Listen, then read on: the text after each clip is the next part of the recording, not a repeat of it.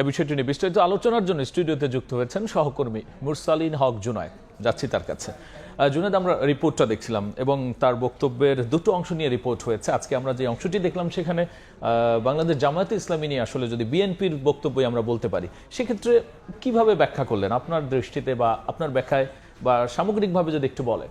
যে রাব্বি, শুরুতে যেটি বলতে চাচ্ছি যে একটি লম্বা সময় ধরে যদি আমরা 2001 পরবর্তী সময় থেকে চিন্তা করি, একটি লম্বা সময় কিন্তু বিএনপি এবং জামাতের মধ্যে এক ধরনের জোটবদ্ধ রাজনীতি ছিল এবং সেই রাজনীতির ধারাবাহিকতায় তারা একটি লম্বা সময় কখনো তারা সরবে রাজনীতি করেছেন, কখনো বা কিছুটা নিশ্চুপ থেকেই তারা রাজনীতি করে গিয়েছেন। এবং 5 আগস্ট 2024 পরবর্তী যে সময়টি, সেখানে কিন্তু দেখা গিয়েছে এক ধরনের মুখোমুখি অবস্থান বিএনপি এবং জামায়াত ইসলামের মধ্যে চলে এসেছে। আমরা যে প্রতিবেদনটি দেখলাম সেখানে কয়েকটি চুম্বক অংশ রয়েছে। যদি আমরা একটু সেই দিকে দৃষ্টি দেই, যেটি বিএনপি মহাসচিব মির্জা ফখরুল ইসলাম আলমগীর বলেছেন, আমরা দেখতে পাচ্ছি ফখরুল ইসলাম আলমগীর যেটি বলেছেন যে দেশে দক্ষিণপন্থী রাজনীতির উত্থানের চেষ্টা চলছে এবং এই প্রসঙ্গে তিনি খুব স্পষ্টই বলছেন যে এই সুযোগটি আসলে নেয়ার চেষ্টা করছেন জামায়াত ইসলামী বাংলাদেশের যে অংশটি রয়েছে। এবং আরও যেটি তিনি বলছেন যে জামাত মূলত কী কারণে এই সুবিধাটি পাচ্ছে, তার ব্যাখ্যায় কিন্তু বিএনপি মহাসচিব বলেছেন যে মূলত দলটি সুসংগঠিত এবং তাদের তহবিল অনেক শক্তিশালী,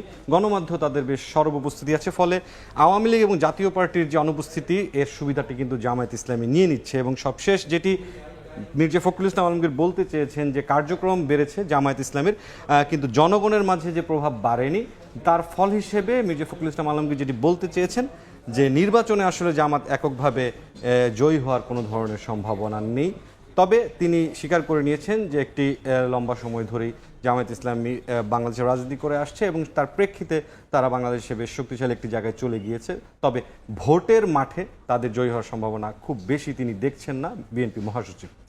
তবে জুনায়েদ, ভোট যেহেতু সামনে এবং সেই থেকে কিন্তু দুটো দলই প্রস্তুতিও নিচ্ছে, সেই সংক্রান্ত কয়েকটা রিপোর্ট আছে। ওই রিপোর্টগুলো দেখে আপনার কাছে আবারও আলোচনায় ফিরবো।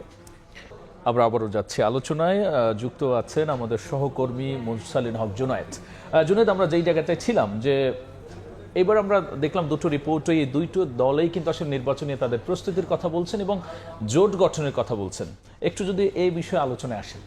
গত 1 বছর ধরে আপনি যদি খেয়াল করে দেখেন যে নির্বাচনের যে মহাসড়কের যে যাত্রা, সেখানে বাংলাদেশ জাতীয়তাবাদী দল এবং বাংলাদেশ জামাত ইসলামী উভয় দলই একে অপরের বিপক্ষে যেই বাক্যালাপ তারা দিচ্ছেন এবং বক্তব্যগুলো দিচ্ছেন, তার পাশাপাশি কিন্তু নির্বাচনের জন্য যে প্রস্তুতি সেটিও তারা বেশ ভালোভাবেই নিয়েছেন। দুটি প্রতিবেদনই আমরা যে বিষয়টি দেখলাম এবং উভয় অংশেই আপনি ঠিক বলেছেন যে দুই দলই কিন্তু জোটের বিষয়ে আসলে এক ধরনের ভাবনা রেখেছেন।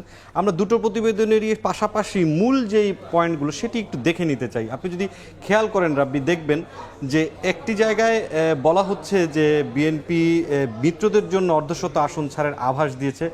একই ধরনের আভাস কিন্তু জামায়াতের কাছেও আছে, জোট হলে আসন বন্টনের সর্বোচ্চ ছাড় তারাও বলছে। এবং তারা যেই বিএনপি যেই বিষয়টি বলে এসেছে, সবসময় সৎযোগ্য এলাকায় জনপ্রিয় নেতা তাদের কাছে এই তারা প্রার্থিতা দেবেন। এর বিপরীতে আপনি যদি জামায়াতের দিকে খেয়াল করেন, পরিস্থিতি অনুযায়ী পরিবর্তন হতে পারে, প্রার্থীর শর্তটি কিন্তু জামাত রেখে দিয়েছে। যদিও আমরা যদি আসনের যে ব্যাপারটি রয়েছে প্রার্থীতা চূড়ান্তকরণের জায়গায় দেখে থাকি, বিএনপি কিন্তু ইতিমধ্যেই বলেছে 70% আসনে তারা তাদের প্রার্থীতা দেবে এবং অর্ধশত আসন তারা তাদের মিত্রদের জন্য রেখে দেবে। জামাত কিন্তু মাত্র 5টি আসন বাদ রেখেছে, অর্থাৎ 295টি আসনই তাদের প্রার্থী কিন্তু চূড়ান্ত হয়ে গিয়েছে। পাশাপাশি তারা যেটি বলছে, আন্দোলন ও নির্বাচনী কার্যক্রম সমান তালে চলবে জামায়াত বলছে। এর বিপরীতে বিএনপির যে ভাবনা, সেখানে কিন্তু তারা বলছে যে যেহেতু লম্বা একটি সময় ধরে জামাতের সাথে তাদের এক ধরনের জোট ছিল, রাজনৈতিক জোট, সেই জোটের জায়গা থেকে তারা জামাতকে প্রতিদ্বন্দ্বী হিসেবে বিবেচনা করছে, কিন্তু জামাতকে কিছু নেতার বক্তব্যকে তারা বিব্রতকর হিসেবে বিএনপি ভেবে নিয়েছে। সব কিছু মিলে এখন পর্যন্ত যেটি দেখা যাচ্ছে যে উভয় দলই, বিশেষ করে প্রধান উপদেষ্টার যেই জাতিসংঘ যে সফর এখন নিউ ইয়র্কে চলছে, সেখানেও কিন্তু বারবার দুই দলই বলার চেষ্টা করছে যে অনেকখানি যেই বরফ সেটি কিন্তু কিছুটা গলেছে। নির্বাচনের পথে তাদের যে যাত্রা, উভয় দলের বক্তব্যে এখন পর্যন্ত স্পষ্ট বোঝা যাচ্ছে তারা আসলে নির্বাচনের দিকে যেতে চায়। এবং জাতিসংঘের ডক্টর ইউনূস যেভাবে বক্তব্য, আবারও ফেব্রুয়ারির কথা বললেন স্পষ্টভাবে, হয়তো এই সফরে আসার পরে নির্বাচনী ট্রেনের দৌড় হয়তো আরো স্পষ্ট বোঝা যাবে। জি, সেই যে ট্রেনের দৌড়টি বোঝা যাবে। জামায়াত শেষ পর্যন্ত আসলে যেই এক ধরনের রাজনৈতিক যে দর কষাকষি তার যে 5টি দাবি, সেই দাবিটি তারা যতদূর আদায় করা সম্ভব হয় তার জোর প্রচেষ্টা তারা চালাবে। ইতিমধ্যে আগেও জামাত বলেছে যে তারা প্রয়োজনে নির্বাচনকে সাথে রেখে পাশাপাশি এই আন্দোলনগুলো চালিয়ে যাবে। এবং সবশেষ বিএনপিও আসলে জামায়াতকে বলছে যে সব দাবি ছেড়ে দিয়ে ঐক্যবদ্ধ হয়ে ফ্যাসিবাদের বিরুদ্ধে নির্বাচনের মাধ্যমে জনপ্রিয়তা যাচাই জুনায়েদ, করার জন্য। আপনাকে অসংখ্য ধন্যবাদ আলোচনায় যুক্ত হওয়ার জন্য। ধন্যবাদ।